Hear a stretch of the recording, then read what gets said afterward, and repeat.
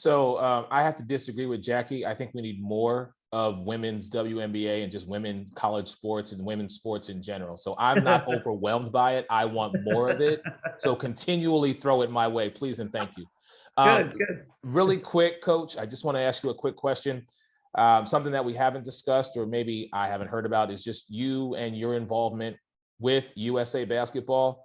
And I just want to know if you could talk to me briefly, just the importance of you being named now the head coach through 2024 and the impact that Bill Laimbeer had on you. Yeah, I'm just incredibly grateful, and and anytime you bring it up, and you talk about that I'm the head coach of the national team, it's an incredibly overwhelmingly humbling feeling. So that never goes away. Super excited to get started, to get on the court and play our first game, and not too long after a couple of days of training camp. I feel very challenged by that. That's, I love to be challenged, and you kind of get forced outside your comfort zone.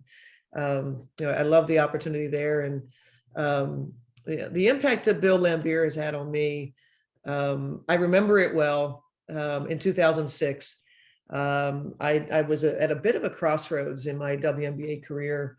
I had some good positions in the league prior to 2006. I competed against Bill. I didn't like Bill very much, being on the other benches. And Bill had this way of bringing out the worst of you, in terms of, I said he'd make you, like he just would get under your skin so bad, you'd be a little bit embarrassed how it made you feel and how you reacted to it. And the last person I wanted to work for in 2006 was Bill Laimbeer. And I was going through a little bit of in my personal life. My father's health was, we kind of had a little bit of stuff going on there, and I wasn't so sure that I wasn't going to take some time off from the WNBA.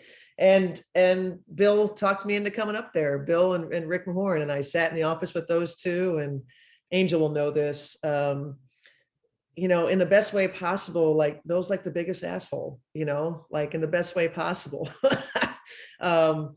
And I felt this overwhelming, I get to be myself.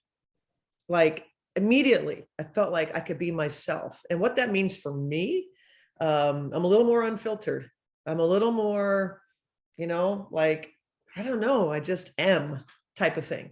And to feel really comfortable, to be yourself, there was just no better feeling, because I didn't necessarily have that along the way.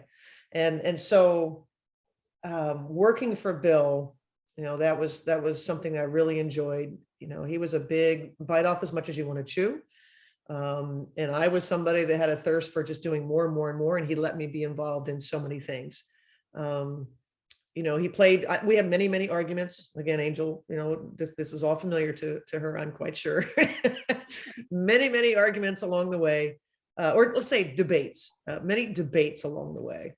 And, too much to share here, but Bill has had a tremendous impact on me, the person. I appreciate his loyalty.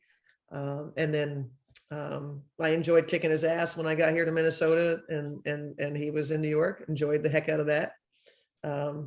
Yeah, and that's the epitome of anybody that would be that had a relationship with Bill. Probably would share very, very similar stories. Well, I can't wait to see more unfiltered Cheryl this season. I'm looking forward to that. Thank you both. Thanks, Eric.